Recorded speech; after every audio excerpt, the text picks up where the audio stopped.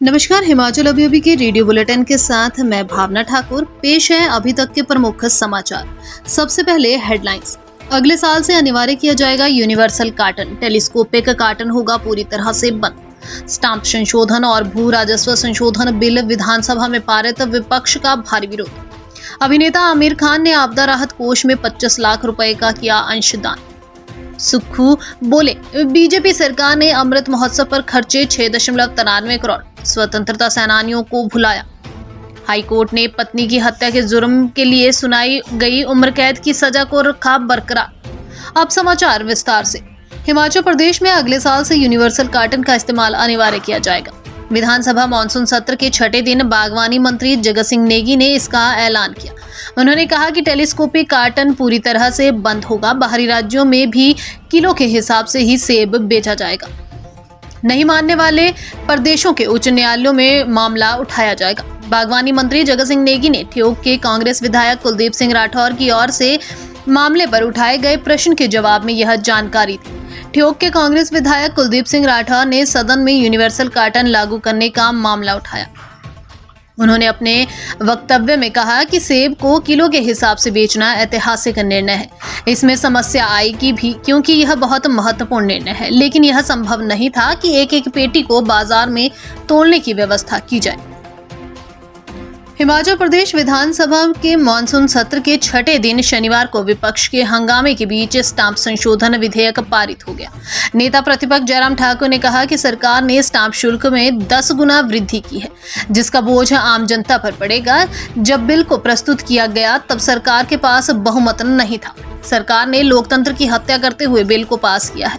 विपक्षी सदस्यों ने इसका विरोध किया और नारेबाजी करते हुए सदन से बाहर निकल आए।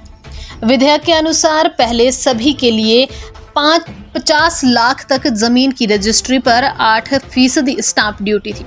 अब 50 से 80 लाख तक की रजिस्ट्री कराने पर महिलाओं के लिए 4% स्टाम्प ड्यूटी लगेगी। सरकार ने लिमिट को बढ़ाया है।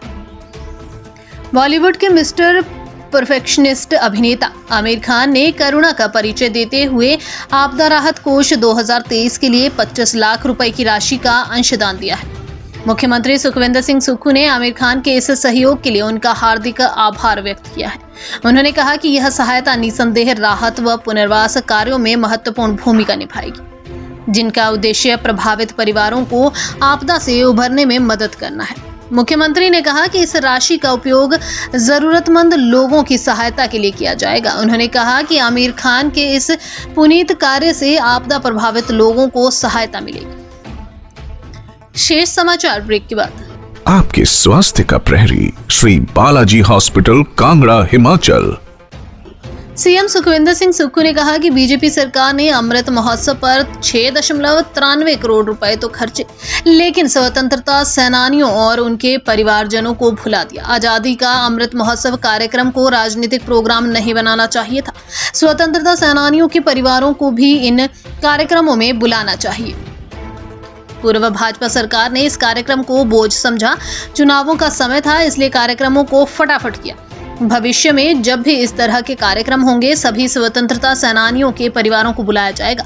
कांग्रेस सरकार उन्हें पूरा मान सम्मान देगी। शनिवार को विधानसभा सदन में प्रश्नकाल के दौरान कांग्रेस विधायक संजय रत्न के अमृत महोत्सव से जुड़े सवाल पर सत्ता पक्ष और विपक्षी सदस्यों के बीच तीखी नोकझोंक हुई।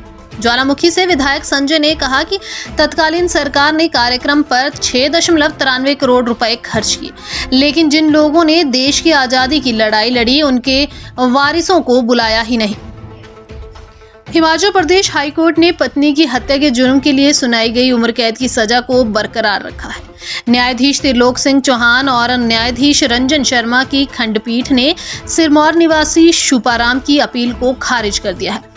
अदालत ने कहा कि हत्या के जुर्म के लिए विचारण अदालत ने साक्ष्यों के आधार पर सही निर्णय सुनाया है।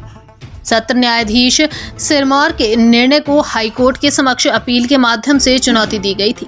विचारण अदालत ने दोषी को पत्नी की हत्या करने के जुर्म के लिए दोषी ठहराया था। इस जुर्म के लिए अदालत ने उसे उम्र कैद और 10,000 रुपए का जुर्माना लगाया था। इसी के साथ समाचार समाप्त हुए। नमस्कार।